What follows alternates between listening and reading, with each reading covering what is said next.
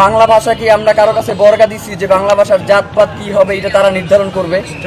যে আমাদের নাকি ইনকিলাব, ইনসাফ, আজাদি এই শব্দগুলো উচ্চারণ করলে নাকি বাংলা ভাষার জাত থাকবে না। শব্দগুলো আল্লাহ, রাসূল, ইনসাফ, ইনকিলাব, আব্বা, আম্মা এই শব্দগুলোকে যারা নাই করে দিতে চায়, এরা মূলত আসলে শব্দ নাই করে দিতে চায় না, এরা বাঙালি মুসলমানের যে রাজনীতি সেই রাজনীতিকে তারা নাই করে দিতে চায়।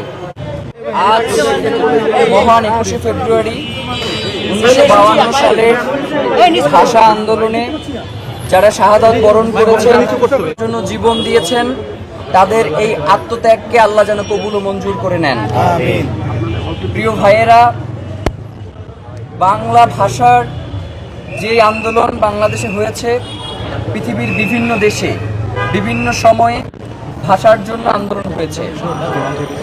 তো পৃথিবীর সকল দেশে ভাষার জন্য যারা জীবন দিয়েছে, আজকের আন্তর্জাতিক মাতৃভাষা দিবসে তাদের মাতৃভাষার জন্য জীবন উৎসর্গকারী ব্যক্তিদের প্রতি আমরা সালাম, দোয়া এবং ভালোবাসা জ্ঞাপন করছি।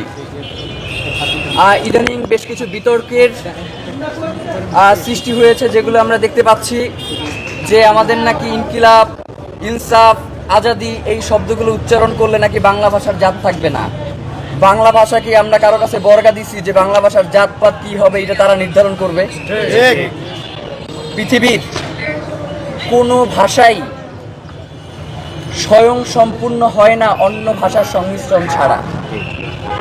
আপনি যদি আমাদের বহুল প্রচলিত ইংরেজি ভাষাটার দিকেও খেয়াল করেন, সেই ইংরেজি ভাষার উৎপত্তি ঘটেছে জার্মান ভাষা থেকে, এবং বর্তমানের যে ইংরেজি ভাষা প্রচলিত রয়েছে এর মধ্যে অধিকাংশ শব্দ এসেছে গ্রিক এবং ল্যাটিন থেকে।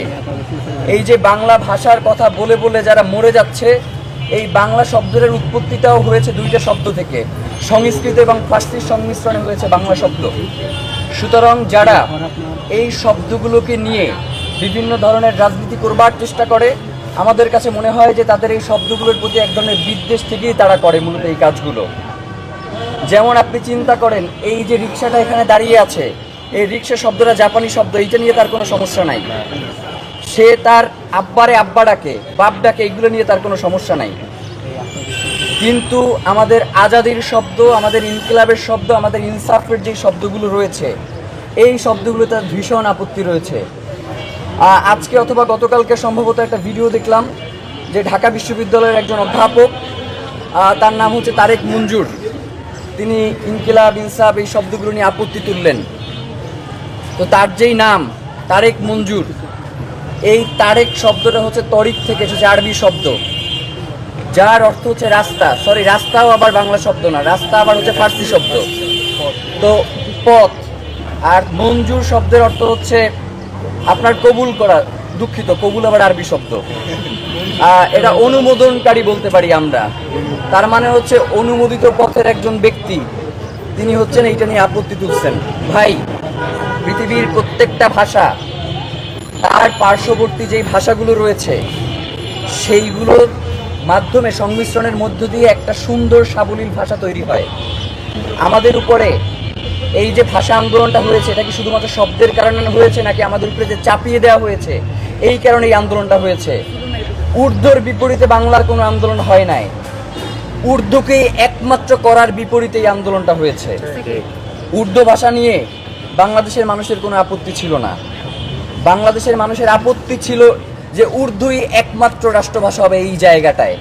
সুতরাং এই যে চাপিয়ে দেওয়ার মনোভাব, ইদানিং আমরা দেখতে পাচ্ছি যে আমাদের উপরেও এক ধরনের চাপিয়ে দেওয়ার মনোভাব আমাদের কলকাতার থেকে যারা শব্দ ধার করে নিয়ে আসছে তাদের এক ধরনের আপত্তি দেখতে পাই। ভাই, এই যে ভাষার যে আন্দোলন, এই ভাষার আন্দোলন বাংলাদেশে 1952 সালের আগে দক্ষিণ ভারতে 1937 সালে হয়েছে, 1961 সালে মাদ্রাজে হয়েছে, 1965 সালে আসামে হয়েছে।